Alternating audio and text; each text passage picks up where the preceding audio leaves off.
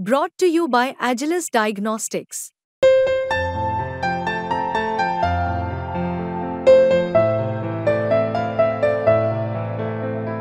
Agilus Diagnostics.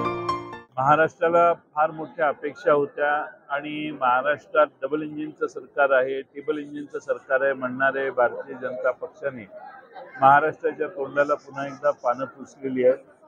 महाराष्ट्रातल्या रोजगारासाठी, महाराष्ट्रातल्या उद्योगवाढीसाठी, महाराष्ट्रातल्या इन्फ्रास्ट्रक्चरसाठी या कोणत्याही विशेष उल्लेख, महाराष्ट्राचा उल्लेखच नाही जवळपास.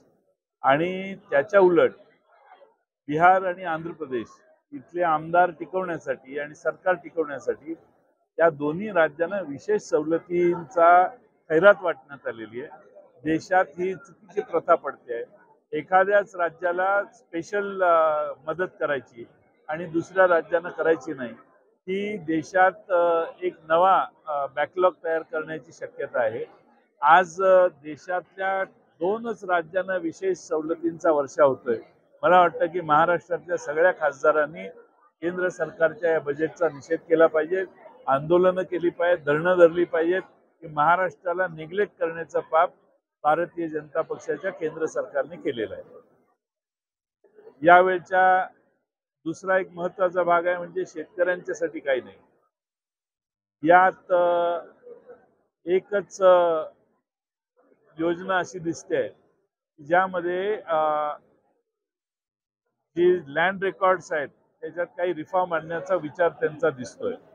त्या व्यतिरिक्त देशातल्या ग्रामीण भागासाठी काही विशेष यांनी केलेलं नाही. घोषणा 3 कोटी घरं बांधणार, ही 3 कोटी घरं चालू आहेत, त्या घरांना अजून दुसरा आणि तिसरा ॲडव्हान्स आलेला नाहीये, त्यांची पैसे आलेले नाहीत. आणि त्यामुळं पुढच्या अशा सगळ्या घोषणा या वाऱ्याची वरात आहे. त्यामुळे याच्यावर कोणी विश्वास ठेवणार नाही. पण महाराष्ट्रातल्या कांदा उत्पादकांना, कपास उत्पादकांना, सोयाबीन उत्पादकांना, काहीतरी विशेष केळी उत्पादक, संत्रा उत्पादक यांना अशी एखादी पॉलिसी पाहिजे होती की ज्याच्यामुळं मन मानेल त्यावेळी केंद्र सरकार निर्यातीवर बंदी आणू शकणार नाही. पण त्याचा साधा उल्लेखही या बजेटमध्ये दिसत नाही. त्यामुळं महाराष्ट्राच्या वाट्याला यातनं काही चालत नाही. प्रभाव पडणार नाही, कारण पराभव झाल्यानंतरच्या या योजना आहेत. लोक त्याला महत्व देत नसतात. आज या ठिकाणी मेळावा झाला, याला नरहरी झिरवाळ आहेत, त्यांचे पुत्र गोकुळ झिरवाळ देखील उपस्थित. नरहरी झिरवाळ नव्हते, मला माहित नाही कोण उपस्थित होतं, मला माहित नाही. फार गर्दी होती मेळाव्याला, त्यामुळे मला अजून कोणी भेटलेलं नाही. चर्चा आहे का तुम्हाला भेटणार आहे? माहित नाही मला, माझी चर्चा कोणाच्या बरोबर झालेली नाही आणि मला कोण भेटणार आहे आता सुरू होतील भेटी, त्यावेळी मला कळेल. सर, गेलेल्या आमदारांपैकी काही आमदार आपल्या संपर्कात आहे किंवा आपल्यासोबत चर्चेमध्ये झिरवाळ पण आहे? नाही, मी काय कोणत्या आमदारांच्यावर अन्याय करणं योग्य नाही. बोलत असतात लोक, पण उगाच चर्चा बाहेर सांगणं आणि त्यांना अडचणी निर्माण करणं हे योग्य नाही असं मला वाटतं.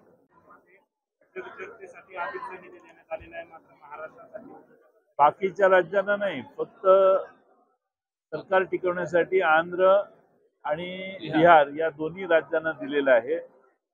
स्किलची भाषा आत्ता करायला लागले, ज्यावेळी त्यांच्या 10 वर्षाच्या काळात या देशात अनएम्प्लॉयमेंट प्रचंड वाढलेली आहे आणि त्यामुळं या देशातल्या बेकारीचा दर सर्वोच्च 45 वर्षात सर्वोच्च सध्या आहे. त्यामुळे आता यांना स्किल डेव्हलपमेंटच्या वर काही विशेष सोयी करण्याची गरज वाटते. पण त्याला बराच उशीर झालेला आहे आणि मोठमोठ्या घोषणा जरी असल्या तरी डिलिव्हरी काय असते हे देशातल्या लोकांना माहिती आहे. तुम्ही लाडकी बहीण आता बहीण आहे, काका आहे, मी म्हटलं ना, काका, लाडका पुतण्या, लाडका आणखीन काय, लाडकी पत्नी, असे सगळ्या नातेवाईक लाडके करा, एवढीच आमची विनंती. ठराविक नको. आता लाडका भाऊ योजना आणलेलीच आहे, तर मुख्यमंत्री मला खात्री आहे अशी योजना आणतील.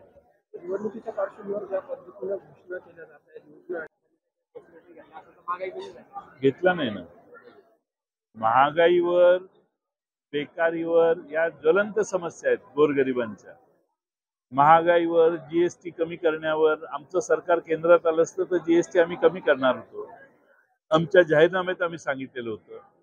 तर महागाईवर काहीच या सरकारने केलं नाही आणि या देशातल्या बेरोजगार युवकांच्यासाठी गुंतवणूक कशी देशात वाढेल याच्यासाठी धोरण सरकारकडे नाही आहे.